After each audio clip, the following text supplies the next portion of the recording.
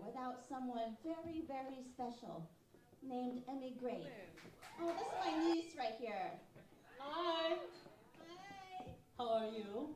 She's the producer of the whole show. Yeah. Thank you very much, Wayne.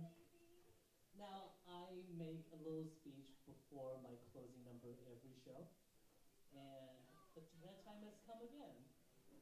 And this time, I actually wrote it down so I don't stumble. But since I didn't have time to rehearse or memorize, I'm going to read it. No, I have a different thing. No, it still has my answer though. Thank you. So the questionnaire, every month I ask my cast a little question that helps them do a little bit of thinking about their queer identity and their Asian identity. And the questionnaire for this month was, what was your earliest memory of being queer?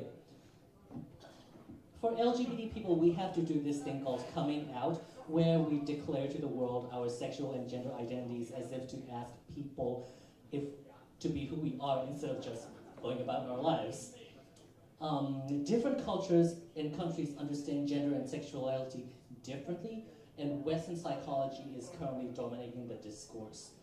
In the case of people of color and migrants, we tend to come out in our late teenage years or even later, and our families sometimes end up being the last people we come out to, because the necessary language to express our sexual and gender identities either don't exist or are heavily suppressed in our native cultures, and we usually find that language in English. This, however, creates a cultural divide between us and our families and fortifies language barriers even further.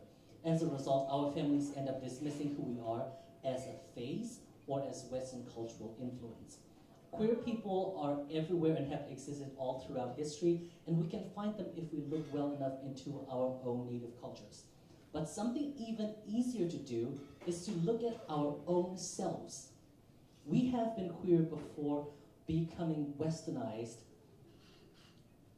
or exposed to the world. Little kids often experiment with gender nonconformity, and we are those kids all grown up. And our families have experienced it firsthand, and they need to be reminded.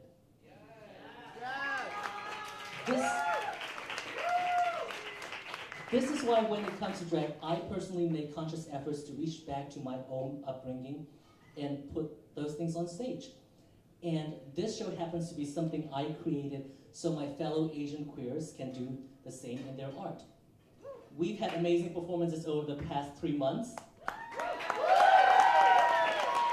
And we are going to have more in the future. Thank you for supporting us, for validating us as queers, as Asians, as artists, and as decent but also trash human beings. Trash human beings that are also decent with hopes, dreams, and failures. I hope you all are enjoying yourselves tonight. I hope you tell your families and friends about us and come back to join us again. October 10th, 10 o'clock, be here. I will be here, Wang will be here, DJ Accent Report will be here, and we will have a brand new cast, and we will have another celebration all over again. And now, Wang will read the answer to my own question before I start the closing number. So, without further ado, it's our last number before we kiki some more. Language, third-person pronouns are not gendered in colloquial usage, but some first-person pronouns are. I remember sitting with my mom out here on the front porch one afternoon when I was about 4 or 5 or 6. The newspaper lady came to deliver. Yes, the paper usually came in the afternoon. And I greeted her with female pronouns. She smiled and rode away on her bike, as my mother told me those were not the right words, in a lighthearted manner, surprisingly enough. Memories in the corner of Wayne's mind.